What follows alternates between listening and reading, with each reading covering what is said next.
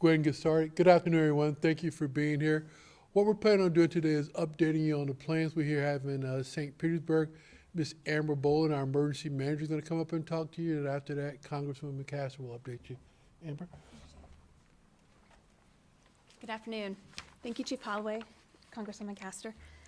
It's a pleasure to be here today and to talk to everyone. What I really want to talk about today as we head into this 2025 Atlantic hurricane season is really a focus and a reflection back on our 2024 hurricane season. Really, the theme is lessons learned. We all had lessons learned from last year.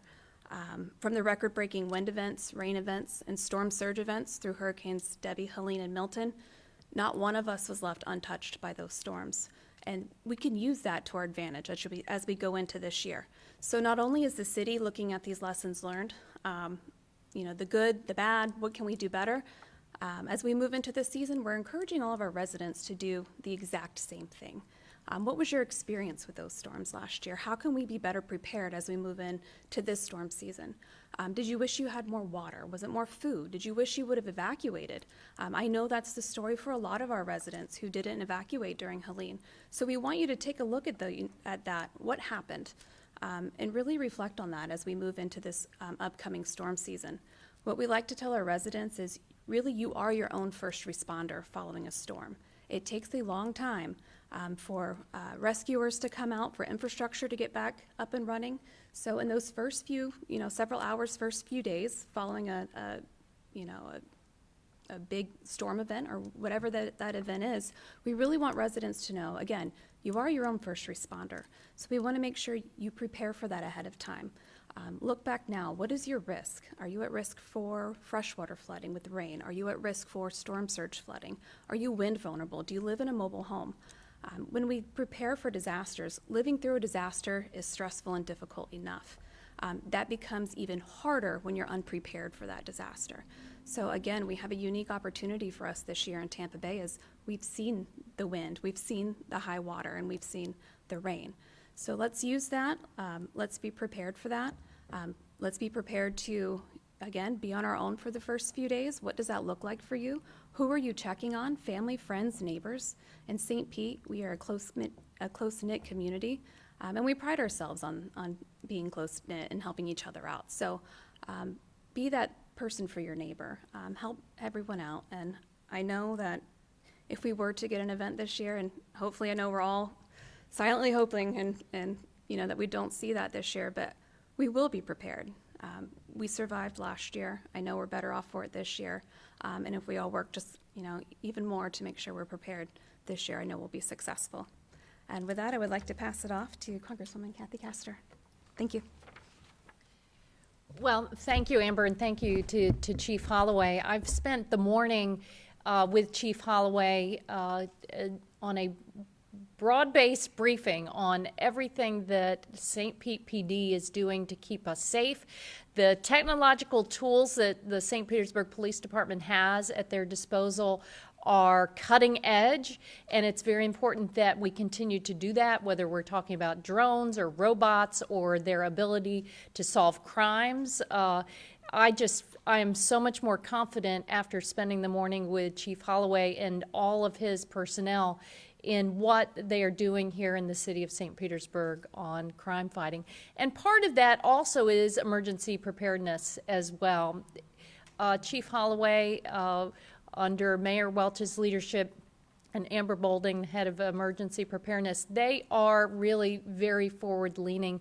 And what you heard from Amber is they have taken so much of what they've learned from the catastrophes of Debbie, Helene, and Milton, and they're pouring that into preparing for that worst-case scenario. Let's just hope we don't get the 7-foot storm surge followed by the 1,000-year rain event where you had a 1.5 foot of rain fall on St. Petersburg. But there are vulnerabilities, and I want folks to be prepared. A lot of this is out of their control, and it is the responsibility of the federal government to be a strong partner.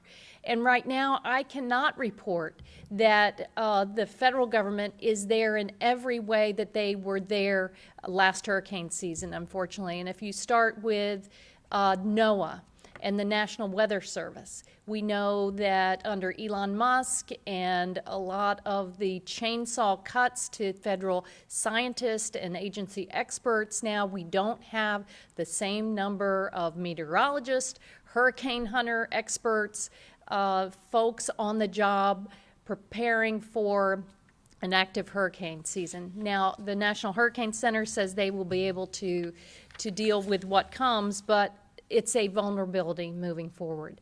FEMA also is not entirely prepared for an active hurricane season, again, because of the arbitrary chainsaw cuts to expertise and personnel at that agency. The back and forth on whether FEMA should exist at all does not lend itself to having full confidence that they are going to be the partner on the ground that we saw in the aftermath of Helene and Milton. It was days after the storm surge of Hurricane Helene, and I saw the FEMA contractors on the ground checking on our neighbors, making sure they had the emergency funds necessary to get them through that emergency response period. And I cannot say, based upon what I've heard over the past months and talking with experts, that they are going to be there. We are fortunate in Florida because we have the best hurricane and emergency managers at the local level and at the state level. We do this better than any other state, but a weakness and a vulnerability could be the fact that FEMA does not have the same personnel on the ground. And this, unfortunately, is reflected in the monies that they are withholding from local communities like St. Pete, Pinellas, Tampa, and Hillsborough as well. Right now, they have cut back on the building resilient infrastructure grants that local communities were relying on. They've cut back on the hazard mitigation grants. Those are the funds that help you rebuild seawalls, roads, water infrastructure, and they have announced over the past couple of weeks that local communities will not get those same funds. So it's a time now for folks to be vigilant, to look out for their neighbors, to take some extra added responsibility. We know, we just hope and pray this is not the new normal, but what we know is that the Gulf waters are very hot. We know that NOAA is predicting an active hurricane season. The climate is heating. There are longer, hotter summers. Just last week, we set all-time records for in Tampa. It never got below 80 degrees at night for a couple days in a row. That is the first time that's happened in May since they started keeping records before 1900. So all of this adds up to being especially vigilant this year, listening to the experts like Chief Tony Holloway and Mayor Welch and Amber Boulding here in St. Petersburg, looking out for your neighbors, just being extra prepared, more vigilant than you have been before because of the uncertainty coming from the federal level. I wish I had a better news to report on the federal side. People rise to the occasion in this community. No matter what happens, we always look out for our neighbors and take care of each other, and I would expect no less in the days ahead. Thank you all very much. Do you have any questions? Yes, you spoke about the hazard mitigation program. You also spoke about FEMA eliminating $300 million toward the BRIC program. Well, what about Elevate Florida? $400 million. People in this area are waiting for that money to lift and elevate their homes, to prevent flooding, to prevent the devastation. Do you have any information about where that $400 million is coming? Do you know when it's coming? Is it still being withheld at the federal level? Yeah, I do not have good information on that, and that's been part of the problem with so much of this is opaque. You might have an announcement from the federal government, but more oftentimes you're hearing it from people at the local level that funds they anticipated, they were counting on to arrive to help keep neighborhoods safe, to help lower costs, just to have not arrived, and that is a terrible way to prepare for emergencies. What would you say to those residents that are waiting? They applied, they're waiting in their portal, they have no information right now, as you don't, and you're a state leader. Residents need answers now, and we're in hurricane season. They're hurting. They don't even have a home to go to. We've been there, we've seen it, and I'm sure you have as well. I know. the higher costs and the pain of people rebuilding their lives after a storm surge into their living rooms and then maybe the flooding rains of Milton, it has been a very tough road for people. Many have just thrown up their hands and given up. So think about that when government is compounding the misery, it's not right, it's not fair, and everything comes back to the pocketbook too. At a time of the highest insurance costs ever, to withhold funds for people when they are trying to do better. Oftentimes, if you use those monies to mitigate the hazards and flood and you're raising your home, that means you're going to save on your insurance, so that they've pushed that farther out of reach. It's just not fair to people. So you mentioned FEMA is not entirely prepared, and you mentioned some funds that were cut back as well. How can people feel comfortable going into this hurricane season knowing that FEMA's not prepared? I think there is going to be some anxiety, unfortunately, and that's why I look to our local leaders to help build confidence. They have learned a lot from the past storms. The local emergency managers are the best.